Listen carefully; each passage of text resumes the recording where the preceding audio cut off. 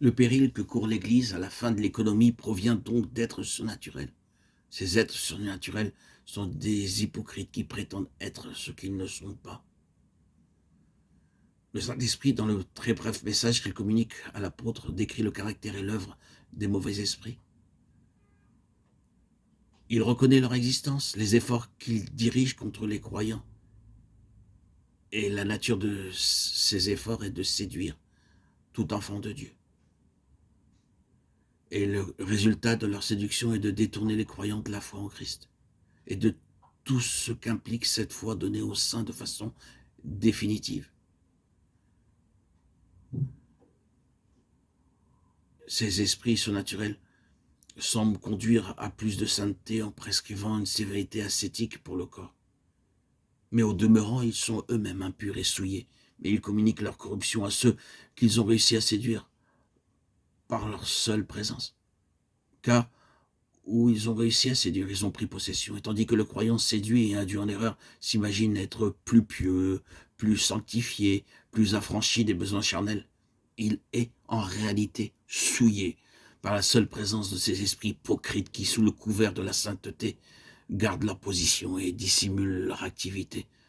Tout enfant de Dieu est en péril. Aucun chrétien spirituel n'oserait se dire hors des atteintes de l'ennemi. Le Saint-Esprit déclare expressément que quelques-uns se détourneront de la foi, qu'ils tomberont à cause de leur attachement aux esprits séducteurs dont l'action n'est pas un mal, un péché manifeste, mais une séduction, c'est-à-dire une action déguisée. Par séduction, et pour qu'il y ait séduction, il faut que l'action se revête de dehors, honnête, pur.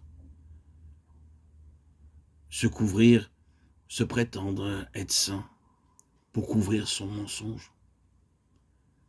Que la nature de la séduction se manifeste par des doctrines de démons, donc dans les sphères doctrinales, dans le domaine intellectuel, que le moyen de séduction sera justement des doctrines de mensonges enseignées hypocritement comme véritables. Tous les enseignements, toutes les astuces seront utilisées par le diable, tous ses artifices. Certaines marques comme la doctrine de démons, qui est l'abstention des viandes, la défense de se marier, chose que Dieu a créée, ajoute l'apôtre Paul.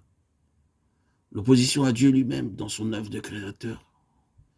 Voilà donc, en quelques mots, l'une des marques distinctives des doctrines de démons.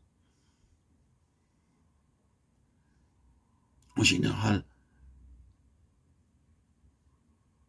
tout ce qui concerne les viandes et le mariage, les cultes, les théologies, les rites,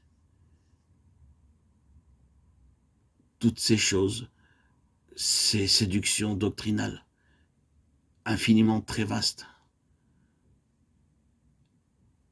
L'homme conscient, qui discerne, l'homme éveillé et non ignorant, ne se laisse pas pénétrer par ces doctrines. Et les mauvais esprits ne peuvent exercer leur influence sur ces gens.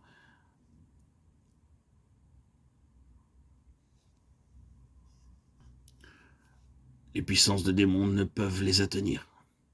Ils ne les atteignent pas. Ils sont arrivés à un degré d'union avec le Christ ressuscité dont parle l'apôtre Paul. Et l'enfant de Dieu peut alors se mesurer avec la méchanceté spirituelle dans les lieux célestes, contre ces forces maléfiques. Il a la connaissance, il a la parole.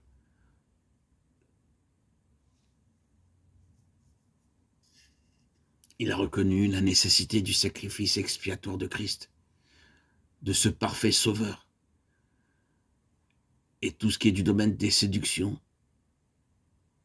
dans toute leur immensité, n'a plus de pouvoir sur lui, sur l'enfant de Dieu qui a cette connaissance, qui n'est plus maintenu dans l'ignorance.